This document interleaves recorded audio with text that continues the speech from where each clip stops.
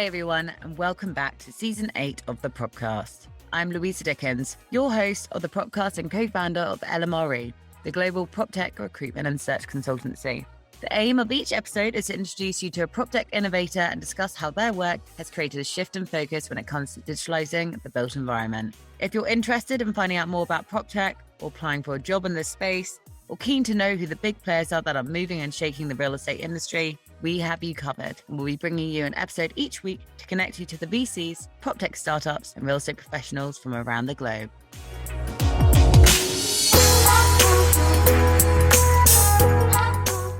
Today on the Propcast, we'll be answering the questions: what is impact investing, and how will it affect the future of our built environment?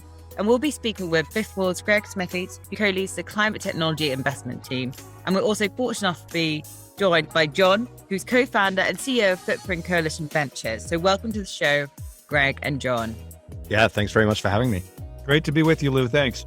And so today we will explore their roles and what their funds are doing within the climate and sustainable technology space. Greg and John will talk us through the growth and trends they've seen in the market at sort of macro and micro level, new technologies they're seeing and maybe invested in, and what's really sparked this interest and further investment into this space. Finally, we'll also be finishing off with, I guess, what the future sort of looks like, but also a question which I often get asked, and I'm sure Greg and John do, is what can we personally do to almost reduce our carbon footprint and I guess help slow down or mitigate, at least play our part in climate change.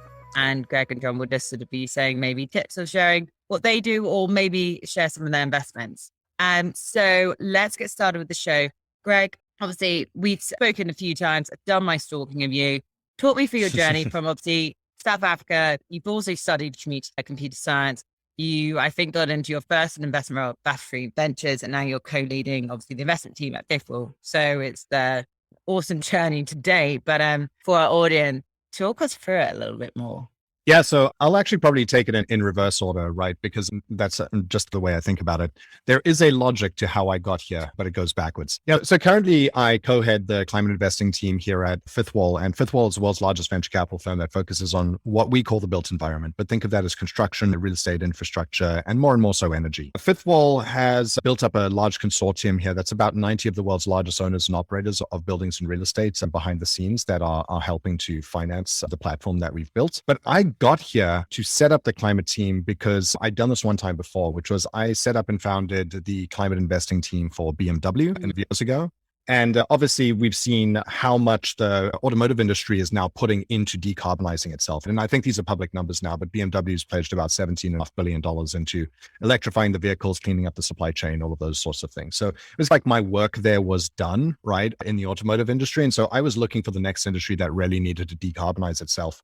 And when you go shopping for that industry, it turns out largest industry on the planet, real estate and construction, $326 trillion of buildings out there. It also happens to be the industry that emits the most CO2 on the planet. It's about 40% of the CO2 emissions. It's twice as much as transportation. So when I was shopping for the next industry to help go and decarbonize, that's how I got to Fifth Wall, because it's the largest venture firm in and around the built environment. Prior to BMW, I was in Elon Musk world for a number of years. I reported directly to Elon. I was head of finance and operations at two of his companies, the Boring Company, which digs tunnels, more importantly, sells flamethrowers, and at Neuralink, which in theory puts microchips in people's heads. And I typically get this question of how do you do both of those jobs at the same time? But it's because it turns out that you're just digging holes. They're just different size holes. And then I started my investing career, as you alluded, at a fund called Battery Ventures. And this is actually originally when I got into the side of climate tech, but in through the side door, which is Battery Ventures is one of the few venture capital firms out there that looks at industrial tech. So think manufacturing, construction, supply chain, these big, heavy industries. And it just so turns out that from my time in South Africa, one of my first jobs was at an ammonium nitrate explosives plant. My father was in the mining industry for many years. He actually designed explosives. And so it just turns out that I had an aptitude for these more atom-based heavy industry type businesses. So did a lot of that investing stuff in the industrial tech side of things, even though my background is in finance and computer science. And it turns out that you fast forward a decade and a half later,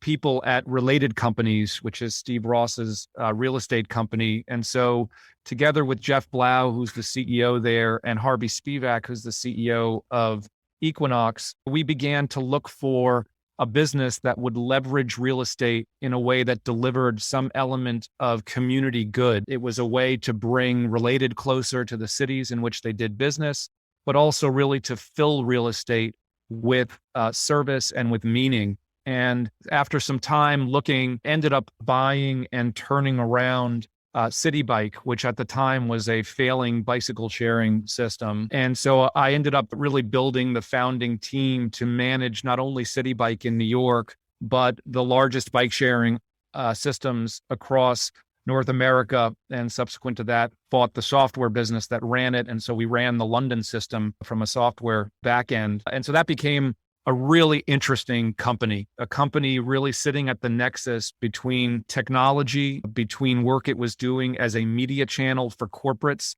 expressing their corporate values in the city streets, and really a cleantech, because we were providing a novel way for people to get around in a micromobility company that was delivering a huge value to the real estate. And we saw that very early on, that there would be a lift in the property values from buildings that were new to these stations. So we moved from the not invented here NIMBY problem to getting requests from people to call and ask where the stations were going to be and how could they get them to get more capacity. So that was an incredible ride.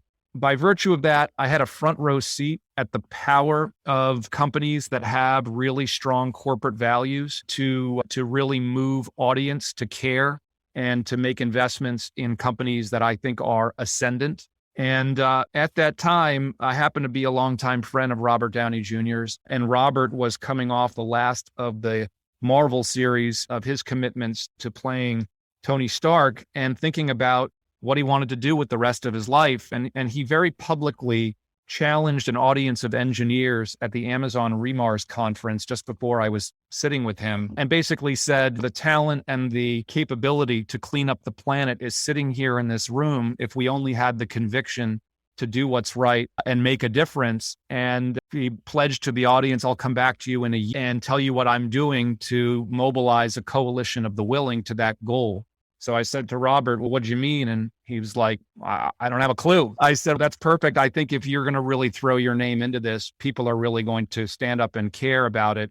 And fast forward, we set up Footprint Coalition, really leveraging his talent, his audience to that goal. So what we do now is really three simple things. We are a digital publisher. So we publish about sustainability in tech. We publish news and short form videos across social media, developing a community of people.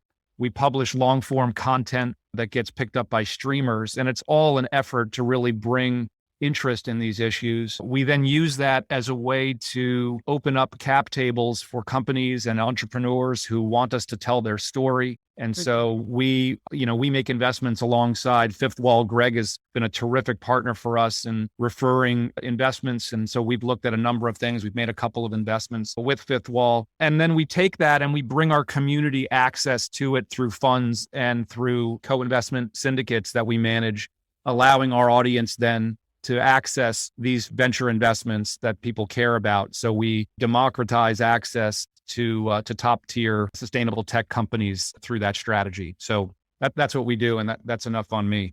That was perfect. Thank you for that. And those listening, John focuses, correct me if I'm wrong, it's obviously, it's quite broad. I think I read it was alternative proteins, it's biodegradable plastics, electric vehicle motors, it's energy storage. There's quite a lot of, when you think of what Fifth will invest in, you check out their portfolios, they're pretty vast. There's obviously the climate tech, there's retail, there's sort of residential, but they invest in the likes of Gorillas, which I'm sure those listening in use. They invest in Lime, which I'm sure you guys used to see around the city. So there's plenty of technologies which they have invested, which you'll be familiar with, which maybe they worked on together. So the question at the beginning of this podcast is impact investing. And maybe we can go into a bit more about the goal and how it's going to affect the future of our built environment. Greg, shall I bring you in on this point? Yeah. So I think kind of to call a spade or be a little bit cynical, the term impact investing has historically actually maybe gotten a little bit of a negative connotation to it, because in the capital markets, people have always said like there's real investing and then there's impact investing. And if you're doing anything in impact, that means by definition, you're getting a lower return. And so I think it's had a couple of decades here, especially since the sort of fallout of the 2010-ish collapse of the first cleantech boom, where impact investing had this negative connotation. What's really happened over the last 3, maybe 4-ish years is a lot of the economics of the technologies that traditional clean tech and climate tech funds who had been in this sort of impact investing bucket, a lot of the technologies that we're investing in have hopped over what I would call a watershed moment, where all of a sudden they end up being incredibly cheap. The economics really work out. If you look at just the cost reduction and say the cost of power coming off of solar or wind, that has decreased by around about 90% over the last decade, to the point where now putting in new solar farms is the cheapest form of power that humanity's ever seen. In fact, putting in new solar farms is cheaper than continuing to run coal power plants for roughly 70% of the people on the planet. So it's actually cheaper to build a new solar plant than it is to keep running an existing coal plant, which is crazy. But the point is that a lot of these technologies that people used to think were expensive are actually now all of a sudden incredibly cheap. And so what this has done is ended up moving climate tech investing out of the doldrums of, okay, we're doing good for the planet, but that means we're going to get, a lower run on our dollar, into a very exciting point in time where actually the technologies we're investing in on the climate side are good for the planet, are cheaper for the consumer or the end buyer, have higher returns because these markets are so large, right? And this is why you've seen a massive influx of capital recently into, call it climate tech or other similar types of investments around the space, because there's no downside anymore in many regards, right? The financial returns are there. It's good for the planet. It's good for the consumers. And so we're in what might feel like right now, for those of us who've been in this industry for a long time, we might be in the golden age at the moment of climate and impact investing, because all of these tailwinds are lining up. And John, on your sort of side, obviously, Greg's summarized what impact investing is. What, since your time, 20 years investing into the space, what are sort of major changes which I guess you have seen and witnessed, or maybe personally experienced in terms of investment? I mean, Greg is incredibly smart and experienced in these issues. And he rightly points out, we've had a washout of clean tech 1.0 companies that weren't sustainable without subsidy, when we're talking about what was done 15 years ago. But since then, unfortunately, the needs have never been more great. We're now, technology, as we know, for those who follow this as futurists, is accelerating. So when we look at 15 years of technological innovation and we think about what's happened to the density of transistors on a semiconductor chip, or you look at new material science, or you think about things like AI and machine learning, or just the pervasiveness of software and embedded devices into everything that we do, the world looks nothing today like it did 15 years ago. Yep. The opportunities that are here are economic, and this issue is now generational. 15 years ago, we were still debating whether climate change was the result of human activity, was something that could be measured. This was a different animal. And today, not only are the costs down, but consumers care, especially young consumers. These are the issues they care about. And so every company needs to now reckon with what it is going to tell the next generation about what it's doing to clean up its act, not because it was regulated into compliance, which it also is, but because that's what they're hearing. And if they don't do it, they're going to get an earful on Twitter or on TikTok or Discord or somewhere else. So I actually just wanted to riff off something that John said there too, because this tailwind that you see from other adjacent technologies coming into the climate tech space. So the fact that we have cheap silicon, highly powerful supercomputer chips, basically, that have come out of the fact that we have iPhones out there. The fact that we've got way better AI and machine learning because of things that say Google and Amazon are doing in the cloud. All of those things can now be applied to climate technologies to make them cheaper, better, faster to develop and to run. So a great example here, and I'll flog the portfolio because both John and I are invested in this company, is a company called Turntide Motors. Now they've got electric motors. It's a different type of electric motor that is a drop-in replacement into your big air conditioning systems. Their motors are 30 to 60% more efficient in the real world. Motors like this consume literally half of the world's electricity. So we're talking one company with one product that could save a quarter of the world's electricity. It's nuts. But tying it back to the sort of cheaper chips and cheaper AI, it was impossible 10 years ago to make these sorts of motors, because whilst the motor design is relatively simple, the algorithms, the AI, and the computational power required to control them just simply did not exist at a cost-effective scale. But now the fact that we've got those cheap chips out of the cell phone industry, we've got the AI from Amazon's cloud, means that all of a sudden, making motors that are this much more efficient with these other technologies becomes economically viable. And that just simply wasn't the case 10 years ago. Just one last point on this, Lou. The other thing that's happened is this is the sexy place for a tech entrepreneur to be working. So the talent that has followed the capital that is flooding into this market is truly amazing. I think Greg would probably echo the sentiment, but the velocity and quality of amazing teams that are being formed and new company formation that we're seeing is truly unheralded. I mean, you're seeing this wave of innovation happening that is really very exciting. Yeah, it was kind of a travesty for the planet. It was kind of a travesty for the planet that the last 20 years, the world's best and brightest went through and spent all of their time doing ad click-through optimization. That is a travesty for humanity. It's great now that some of those IQ points are actually getting pointed at important problems. Yeah, I think I mentioned to you, I was almost pitching some real estate consultants trying to set up their ESG teams. They're now being able to attract talent that actually sort of want to work, that people who want to work in the sustainability space. Actually, we said about impact investing. What does that sort of actually mean? But people care now about their job. You would hope they would work sort of harder, maybe stay at your company for longer and then contribute a little bit more.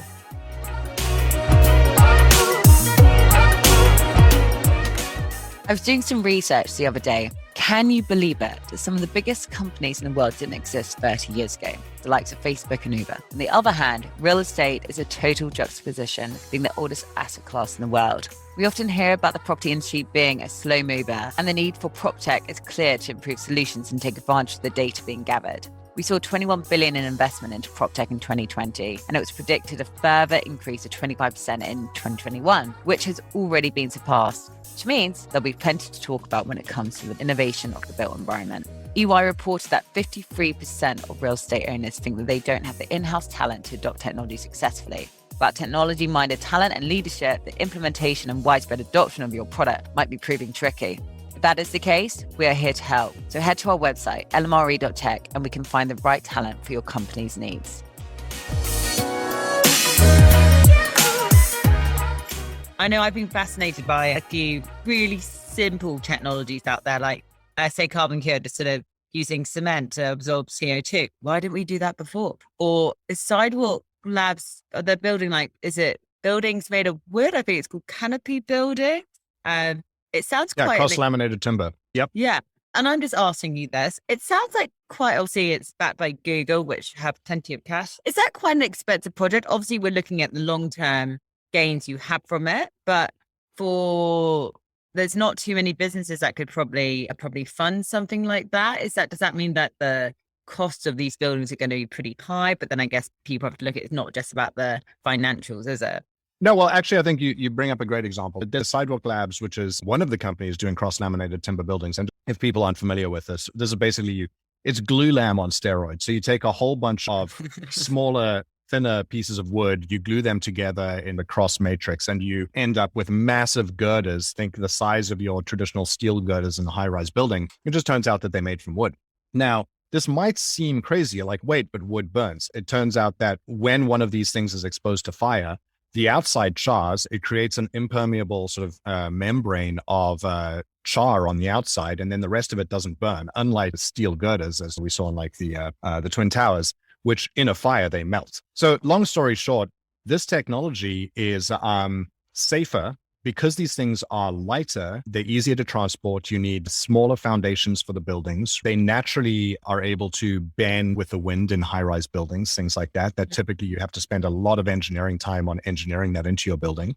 And so this is one of those kind of like cheaper, better, faster type technologies. It's cheaper, it's better for the planet. Your buildings go up faster, they weigh less, they cost less. There kind of is no downside other than the fact that we haven't been building this way for the last 200 years. So we've got to climb up a little bit of a mountain when it comes to training engineers and getting permitting done and things like that. But this is a fantastic example of, okay, when you relook at a problem that no one's looked at in the last 200 years, you can come up with some pretty ingenious solutions to it that might be completely cheaper, better, faster. We just haven't looked at it with a different set of eyes in a while. I was going to ask also about, obviously, John, we've spoken obviously about electric vehicles. We spoke about more so generally about the built environment. We briefly touched on obviously solar. You have experience in alternative proteins, obviously biodegradable plastics.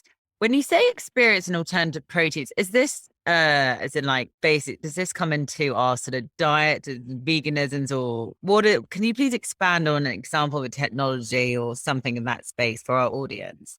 Sure. People are really looking and examining the food supply and thinking about how we can scale in a way that's compatible with the planet. We look for investments in areas where through alternative methods of production, we can create much denser sources of the very things that we need to eat and that are healthier and just better alternatives. So if we take one recent example is an investment we made in a company called Acre. And what Acre does is through a process not unlike manufacturing beer, they're able to ferment lipids. So they can ferment, in this case, vegetable oil.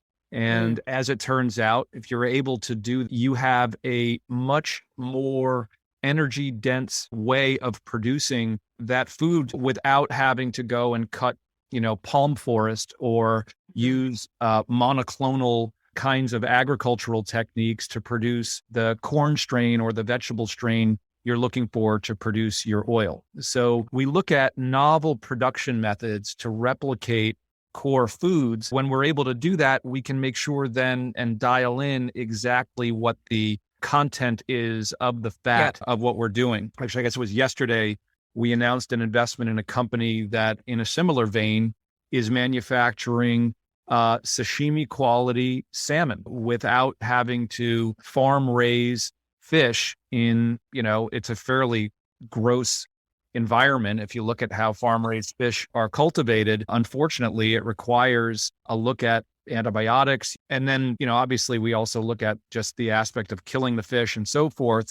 Here, if we can produce fish flesh without having to actually cultivate the fish itself, well, then, we get the parts that we're looking for, but we also address things like mercury content or antibiotics by producing just a perfect manufactured substitute that is the real thing. It just was harvested through an industrial process rather than through a biological process of doing it with the real fish. I think lots of the audience and maybe you guys as well have watched Seaspiracy on Netflix. I think some stats, something like 30,000 sharks killed per hour. There's something like 4.6 million fishing vessels across the world. As you can tell, I've watched this quite a lot and it is really shocking. And you talk about how awful the killing of salmon is. I'm obviously British and we all know what's happening up in sort of Scotland. It's all not still completely rosy. We're nearly at the end of the podcast and I could honestly go on forever talking to you both. For our audience, say if they're looking to play their part, do their bit and trying to help the future of our built environment, is there anything that either you could share or advice they give, or maybe it's like a day-to-day technology they could use, or maybe something which you both personally have paid interest to? Greg, why don't you go first? I'll describe something super easy, which is a lot of people think that to be good for the environment, they need to make massive changes in their life. Go and buy an electric vehicle, become vegan, all of these things, which absolutely, if you have the wherewithal to do it, if you have the money to do it, you should absolutely do all of those things. But on the sort of range of cost versus impact, probably the simplest thing you can do, and we're all inside buildings all the time, just turn your thermostat down. Put a sweater on when it's cold instead of turning the thermostat up. Buildings and heating, 70% of the world's natural gas is burnt inside buildings for either powering them or heating them. As we're seeing, this is very topical with what's going on with Russia and Europe at the moment with their natural gas supplies. And yeah, so simply just turning down that thermostat, or if you're in a hot climate, not using the air conditioner as much, can have a much larger immediate impact for basically $0. Actually, it's $. You get money back from this because you're not spending as much. Much larger impact than, say, going and buying an electric vehicle. So long story short, do the simple stuff first. If you don't have money to do things, you should do all of the other things like buying an electric vehicle and going vegan and all of those things if you can. Right? You should plug Lime at this point and use the different portfolio investment. Yeah, use Lime exactly as much as possible. Use those city bike shares, all of that stuff. But just start with the simple things. Turn the thermostat down. Listen, John, what about you? I would echo what Greg said. I think what we need for people to do is to voice their opinions, to give CEOs and the people who make policy decisions the power and the space to change how they do business because you care. And the best way to do that is to be vocal, to express your preference, to chime in. Obviously, we want you to support all these great companies and make investments, but fundamentally, it's the choices you make and the use of your voice that matters.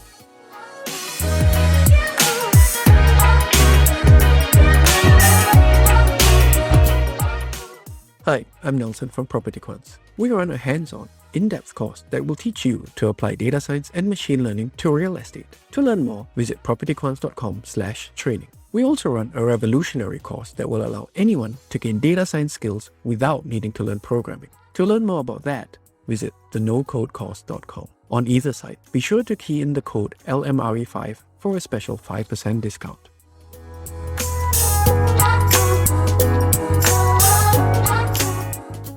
Thank you very much for that. And now, guys, this is the final part. We obviously haven't done a podcast together. John, this is obviously, we're just getting to know each other, but final part is the LMRE part. L is when you touch on a main lesson you've learned throughout your career. M is you can give anyone, or it could be a product, could be a person, a shout out. R is what's been the most rewarding part of working in your space. And E is what are you most excited about in the future of, say, clean tech or sustainability tech, whatever phrase you want to use. Who would like to go first? Greg, would you like to go first? I can talk you through it as well. Sure.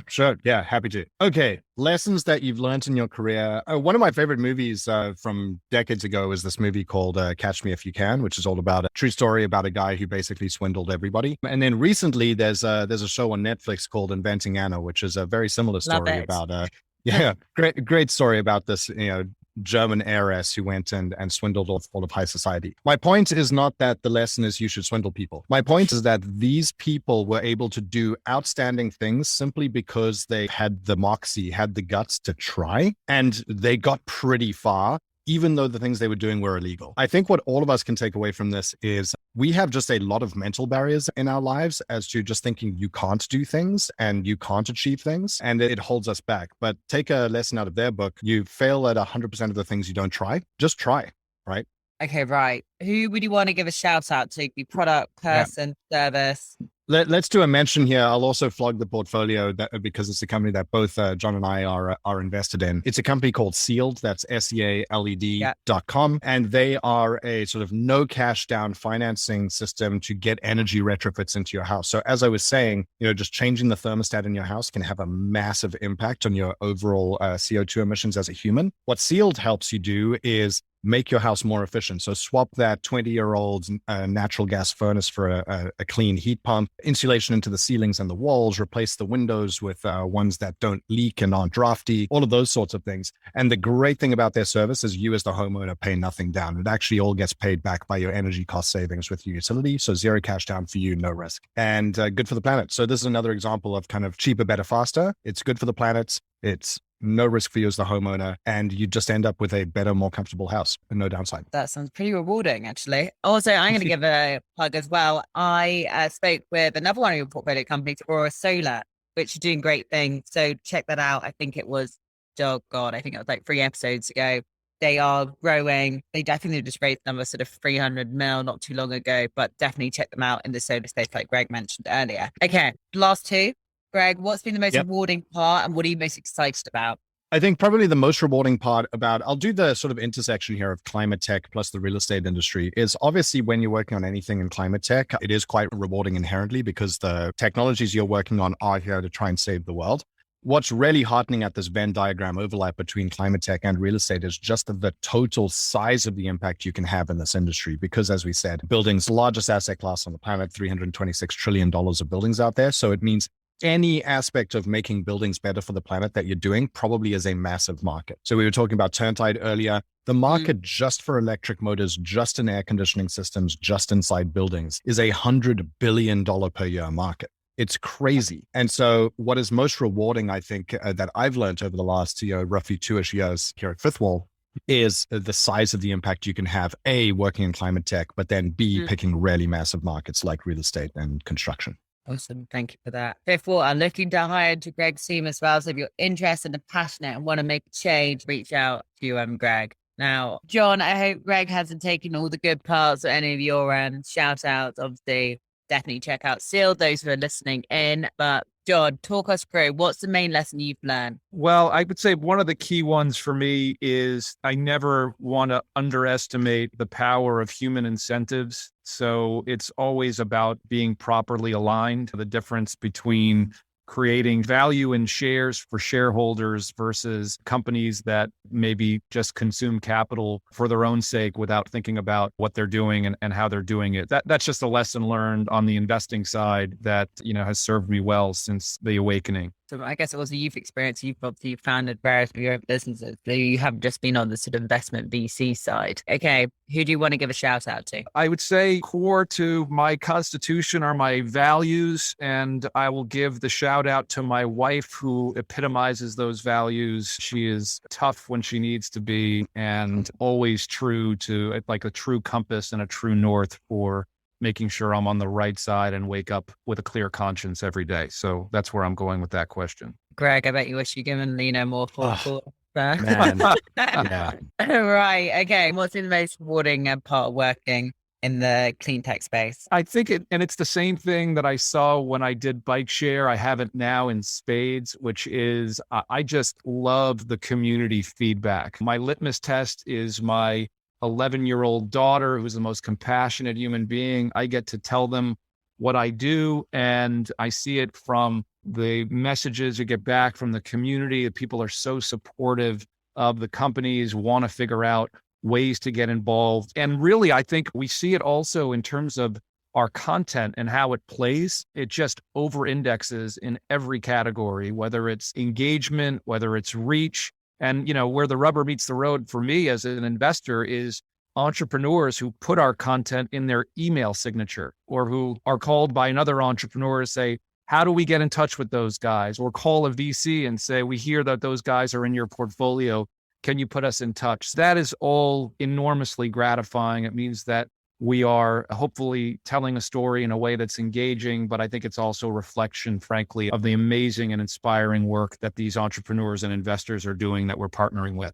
Awesome. Thank you for that. And then obviously the final question in the podcast, I'm sure the audience will be sad to hear this ending, but what are you sort of most excited about then? You covered obviously various spaces in clean tech. Is there any sort of future innovations you're interested in or following? I'll tell you this. I took the coolest diligence trip I ever took. And on that trip, I drove a 1968 Volkswagen bus, which if you've ever driven those cars in the original, they shake, they smell like gasoline, they're very loud, and you probably need to start braking about 1 minute sooner than you're normally supposed to. And this one was kitted with a salvaged Tesla engine. It had amazing pickup. It had a Titan suspension, and it had all of the cool features of the normal VW bus, only it was silent and a much safer car to drive. I thought that was super cool, and that's certainly an interesting area as we see people wanting to do that to this legacy fleet of vintage cars. Yeah. When you were starting that story, I was just thinking, John, that really doesn't sound very sustainable. But no, look, Greg, John, it's been such a treat having you on the podcast and getting to know all about your interests, what you guys achieved in your career and what you're focusing on. And hopefully we're all going to have an impact and sort of save our planet. We got to start doing something. And those listening in, They've shared 2 very simple things that you can all do and contribute. I myself, I recycle every day. I literally never turn the heating on. Maybe that's because I'm stingy. I don't know. But there's plenty of ways that I know I'm focusing on it and looking at ways to educate my family as well. So I hope you enjoyed it. And I'm looking forward to catching up with you both after the show. Great. Thanks so much. Thank you so much, Lou.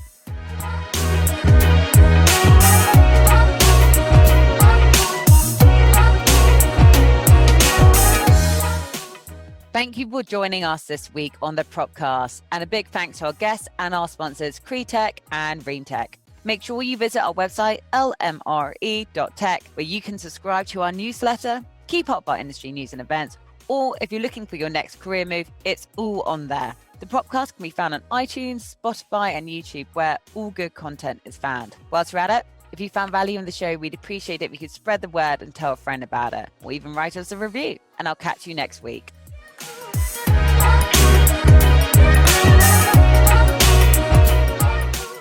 Making a high-quality podcast like this takes a lot of work. That's a fact.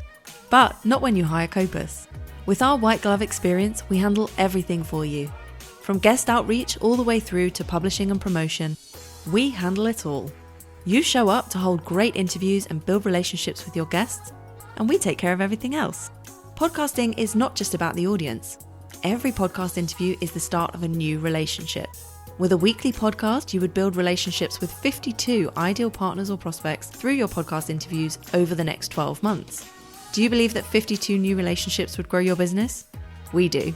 Contact Jason at Copus, Kopus.com, and let's talk.